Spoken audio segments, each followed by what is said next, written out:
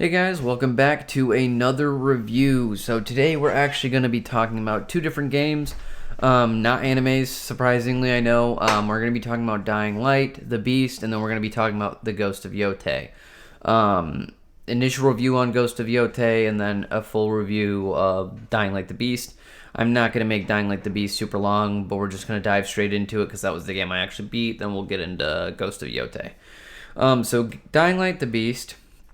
mechanics wise and overall gameplay wise was great. It was good. It reminded me a lot of the first game, which I feel like the second game really lost its touch with what the fans wanted. Added a lot of unnecessary mechanics that didn't improve the gameplay, and from a lot of people's standpoint actually made the gameplay worse. This was very similar to the first game, except, with some added bonuses. You have basically a rage mode where you can turn into the beast because you have been zombified. In the first game, you turn into a volatile during the DLC. And, you can just push your arms through zombies, which is awesome. Just, straight through their chest, rip their heads off, throw them. That kind of stuff is awesome. Overall, zombie killing, it was fun. The gameplay mechanics were fun, cutting off zombie heads, going into dark rooms, which they brought back to collect specific items that you're not going to find in abundance all around the map. It had a lot of good things going for it that I think if it was wrapped up in the right story, it could have been 100 times better than it was. That's one of the things that the first game did have that I think this game didn't. The first game had a good story behind fun mechanics, mixing zombie killing, parkour, fighting off cults, all of these different world-building things that I think set it apart from other zombie games, kind of like how Dead Island did when it first came out. It was this, standalone title that nobody could touch, even if they wanted to. And Dying Light had that in the first game, kind of lost itself in the second game, and then tried to bring itself back in this third game, Dying Like the Beast, but it missed the mark on the story. The story was terrible. I give it a 4 out of 10. Mechanics, I give it a 8 or 9 out of 10, but the story was very, very shitty. From your first interaction with who is the main villain, the dialogue itself is so abysmal that I legitimately said out loud, "Is this ChatGPT?" He comes in with his British villain monologue about how you're no longer needed because you're too rebellious. They found a new test subject. And then, you get out of the facility you've been in for 13 years and then, stereotypical villain stuff throughout the rest of the story, all the way until the end. And again, none of it makes sense. None of the actions that are being made make sense. None of the actions he's making are making any sense. His actual end goal is absolutely ridiculous and, again, does not make sense. Spoilers, it's to rule over humanity. Dog, you have an army against survivors in basically an abandoned city. You rule already, bro. What do you mean? Yeah, I thought the whole thing was very silly. I thought the whole game itself, story-wise, could have been brought up a level. I'm not going to go into the things that I think could have been improved.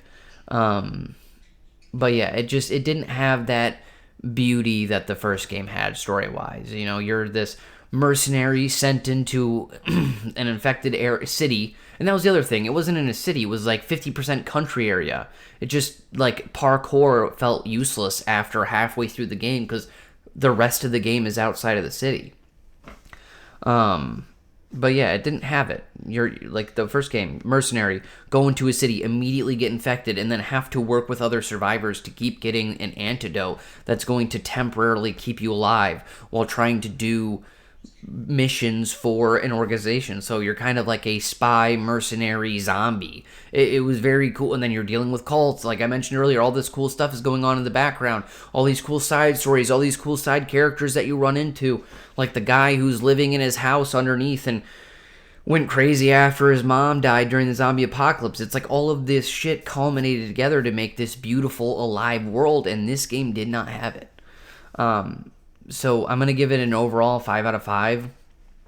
Mechanics alone were great. Like I said, I give the mechanics and the gameplay by itself an 8 out of 10.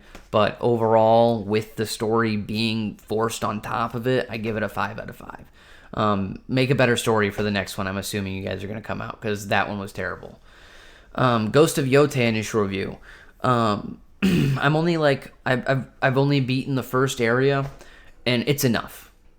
I don't understand where people were coming up with these ideas that this was going to be some woke over the top game because it has a woman as the main character. The game is fucking awesome. And I'm not one of those people who enjoys woke stuff. Oh, he's saying that because he likes woke stuff. No, I just want good content. And it's been really fun. It did the thing that I just complained about Dying Light 2 doing. The opposite. It did not remake the wheel. It took all of the things that made Ghost of Tsushima great, moved them to this second game, and then expanded on them. I've heard people, make, small comments like, there's too many weapons and it feels kind of unnecessary. And I can see that. Even the dual blades don't feel as necessary as the stance change in Ghost of Tsushima, because you would change stances to fight different enemies and stuff. But it's still cool. Like, the dual blades is cool. Like, pulling them out and then just slashing some dude up with them. It's awesome. The mutilation mechanics have been improved. The graphics are amazing. The story, we'll get into that in a second, actually. The exploration is awesome. There's little tidbits all over the world.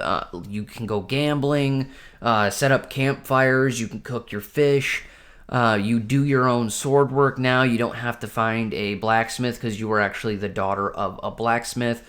There's just so much awesomeness all around the maps. New stuff to find, new stuff to acquire, new areas to explore, new enemies to find, new small stories and adventures to be had.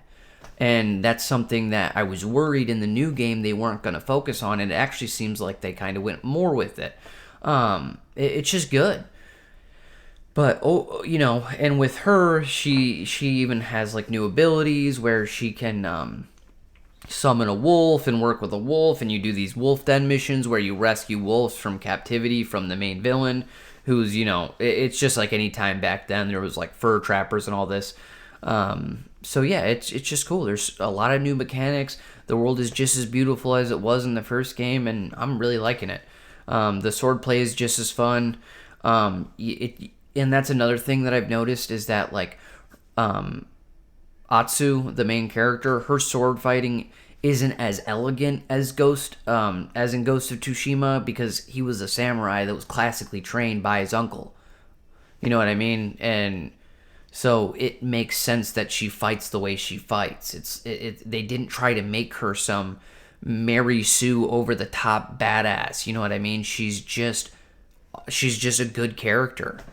And even the first fight you have with one of the big enemies that you're going after, you actually get stabbed in the gut. You know what I mean? And you only kill him because he has a knife in his pocket. Spoilers, and you shake the hell out of him. It wasn't like she walked in there, beheaded the dude, burned the place down, and called it a day. No, she got her. And that was like one of the complaints I saw before the game even came out. It just seemed kind of ridiculous to me. It was kind of like the Black Samurai stuff with Assassin's Creed. It doesn't matter. It's a video game. I didn't like the Assassin's Creed game because I stopped liking Assassin's Creed forever ago. I thought the Assassin's Creed game was ugly. Color-wise, world-wise, I didn't enjoy it. And the fighting mechanics I didn't care for either. It just seems ridiculous. It's a video game. But yeah, the only caveats I have about the Ghost of Yōtei game, and it's not even a real caveat, is that Ghost of Tsushima started, like, the intro was so much stronger than the Ghost of Yōtei intro. You know what I mean? Like, if you haven't played Ghost of Tsushima, I don't know what to tell you, man. I'm not saying spoilers for this. Like, go play the fucking game. It's been like 5 years. So, you start off in the middle of about to start fighting the Mongols. The Mongols are on your beach, you are on your horse, and you're about to start this war. And the introduction and learning how to fight happens during that war. Then you get hurt, and then you do the intro for how to assassinate. This game starts kind of similar to Assassin's Creed, the girl storyline, where it just, your family is killed right in front of you. And then, stuff happens, yada, yada, yada. It's 16 years go by, and now you're an adult, and you are back for revenge, basically, against those people. I will say, it does, make sense, though, what you were doing in the meantime. The 16 years pass. You spent, your dad trained you his whole life, and then you went and were a mercenary on the mainlands, yada yada. But I feel like, and then you come back, and then you have these flashbacks about your family, and then you officially start your hunt, right? I feel like that could have been done differently. I feel like it would have been much more hard hitting if you were, doing those initial flashbacks, like 10-15 minutes. The people show you do this little side mission that shows how the people actually found you and your family that you're going to kill. You do that little flashback. You have the main events happen. I guess I won't spoil too much. Main events happen, your family dies, and then it cuts from there to you going to kill the first guy. Because that's kind of how the game starts, where you can, the first time you can use your controller is when you're going to kill this first guy, right? So it's like the start of your revenge story, right? And you kind of learn controls during that moment. I feel like that would have been a much harder hitting moment if it would have played out like that, because then there wouldn't have been the flashback, flash forward, flashback, then flash forward. It would have just been a continuous forward motion that would have shown how your family was, how loved everyone, how everybody in your family's dynamic was, how they died brutally right in front of you, and then how you are going to get back at them instead of reverse, you know what I mean? But other than that, so far the story has been good. I've been liking all the little side stories. You're called the Onryo because you're the you're the ghost of revenge, basically. Yeah, I can't say too much about it other than I'm having a great time. I told my wife, I got off last night and I was just like, Emerson, I love this game. I don't know what everybody was talking about before the game even came out. And I don't, I'll say this, I haven't really seen any comments since the game came out. So maybe that's speaking for itself. I think the game's awesome. I have loved it. And if you want a good open world single player game, I suggest you give it a try. If you're one of the people who wasn't too sure up until now because you've just heard so many mixed things online, I suggest you do it. Because there were people, before there was even 1 inch of one scene of gameplay released, people were already mad and talking crap about it just because there was a girl as the main character.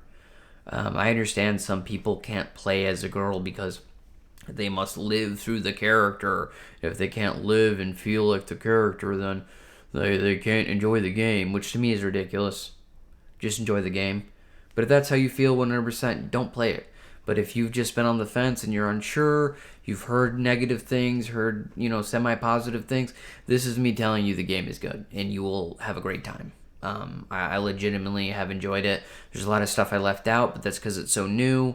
I don't want to go too much in the gameplay mechanics because honestly, I think it'll be really fun for you to get into those things on your own. So yeah. Oh, I will mention this one thing. There's bounty boards. It's really cool. You just go get some mon, dude. Go get that mon, dude. Just go hunt some people down and get that mon, dude. So yeah, I've been really, really liking it, and I'm hoping you guys will too. If you or a loved one has suffered from not watching my videos, remember to like, subscribe, and we'll see you all in the next one. Thanks for stopping by. Peace.